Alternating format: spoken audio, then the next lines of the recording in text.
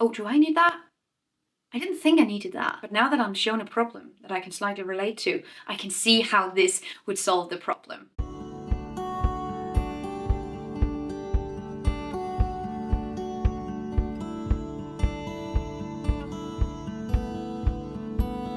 Everybody, and welcome back to my channel. My name is Gita Marie, and I talk about conscious consuming, sustainable living, and how you and me as individuals in this world can navigate through what's sustainable and what really isn't, and how we can take accountability for our own consumption and impact, which there are coincidentally lots of ways of doing. And one of the things that are by far the most important is who we support with our money, where our money ends up, and what we get when we spend something. So I thought for today, I wanted to share some of the sustainable shopping rules, things that I think about every time I spend money, or rules for shopping that is sort of ingrained into my brain through 10 years of sustainable zero waste, low impact living. And I would also love to hear what you do to spend your money more consciously or more sustainably. Are there any rules or habits that you follow every time that you buy something?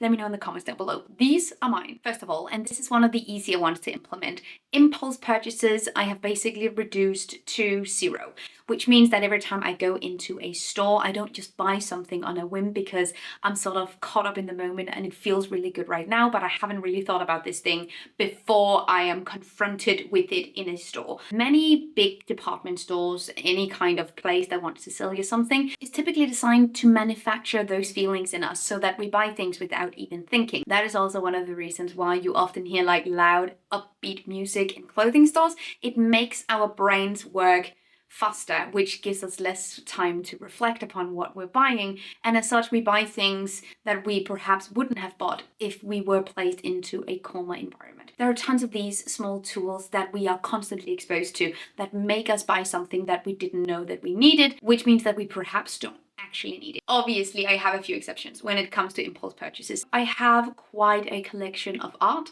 and I love vintage shopping. These things you can't really plan, right? So you don't know what you stumble upon. You kind of have to make it on impulse because you don't know what you're going to stumble into. But in an actual store, no such thing as impulse purchases. The grocery stores that I often do my shopping at also have home decor, clothing, that kind of thing. Never anything on impulse in those stores, whether it's impulse or not. I recently saw a new ceramic shop had opened up and I went in and I didn't really need anything, but I wanted to support this new ceramic artist. So I bought a mug and I love that mug. So obviously there are exceptions, but as a main idea, impulse purchases, and especially so like shopping for leisure, sort of shopping because the shopping part of it is fun. Nah. Okay, another thing that I have made an absolute point out of is not buying from big chains, big corporations, ultra fast fashion, any kind of chain of franchise. You know, in that sense, like Amazon, H&M,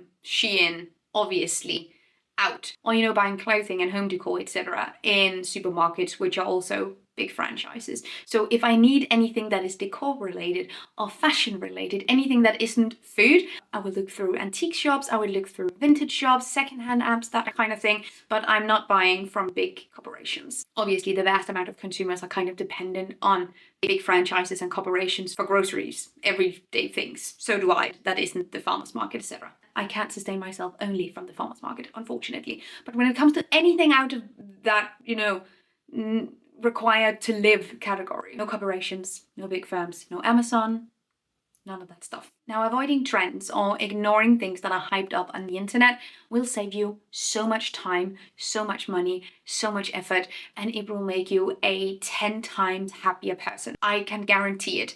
So zooming in and finding your own style through your clothing as well as through your surroundings. Zooming in and thoroughly understanding what you like and what works for you, what kind of things that you know you will use for as long as you live, makes you a much smaller target for overconsumption marketing. It makes you a lot less likely to fall into the trap of buying something that turned out to be a micro trend.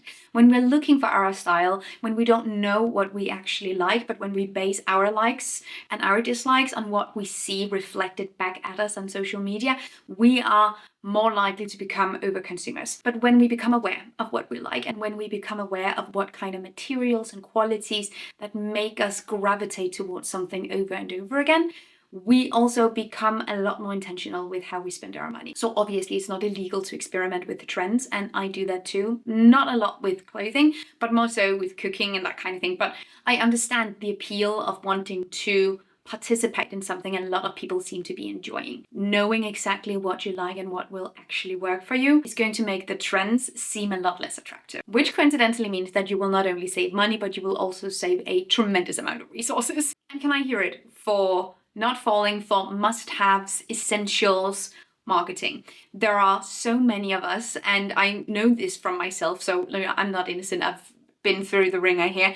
But when we hear that someone is saying that you absolutely have to use this, or this changed my life, or this is absolutely vital, or this is an essential, or you need this is a must-have for autumn, we believe it. Perhaps not in a direct way, but it is stored in our brains and it makes us consume things over and over again. If every time we hear someone say something is a must-have or an essential, we think, nice little hook to get people to buy something there. Cool, good for you.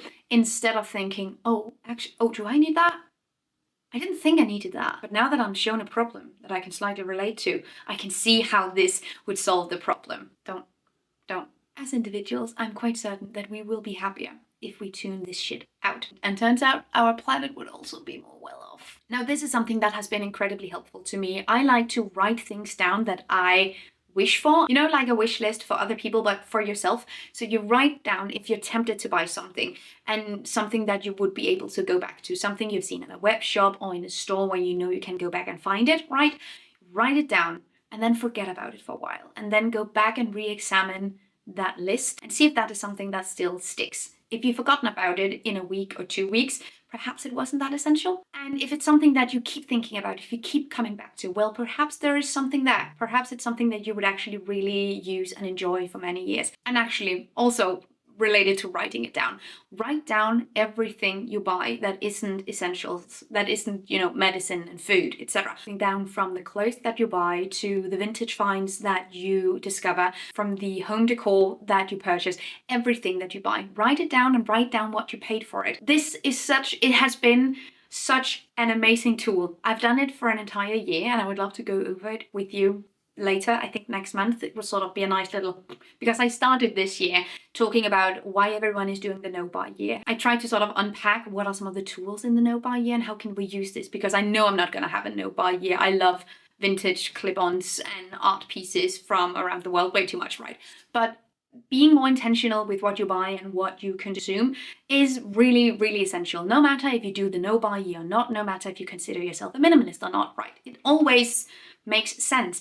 And the best thing that I've done for myself all year related to controlling or understanding my own consumption has been writing it down and re-examining it, going back and looking at how much money I spent, what I got, so it doesn't just go off the track for you, so it doesn't just disappear and you forget about it. Write stuff down. Honestly, I have a note on my phone, go back and I look through the things that I've bought whenever I have to plot something new in. It's good. Okay, my point with this is that you don't have to reduce your hobbies or your personality down to a little reduction of yourself where you can't enjoy anything ever and you can't treat yourself to something ever. It's about being more intentional and knowing exactly when you are buying something and making it mean something when you acquire something new, instead of just acting on impulse, instead of just acting based on what other people are doing. Zooming in on who you are and what you want and what brings you happiness, right? Sustainability is important as well, because we don't have the planetary resources to keep buying shit that we don't need, things that will break instantaneously we start using it,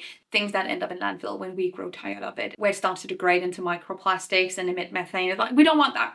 Right, that's also definitely a part of it. Anyway, these were sort of my rules when it comes to how to be more intentional and conscious with your money and how I am spending money.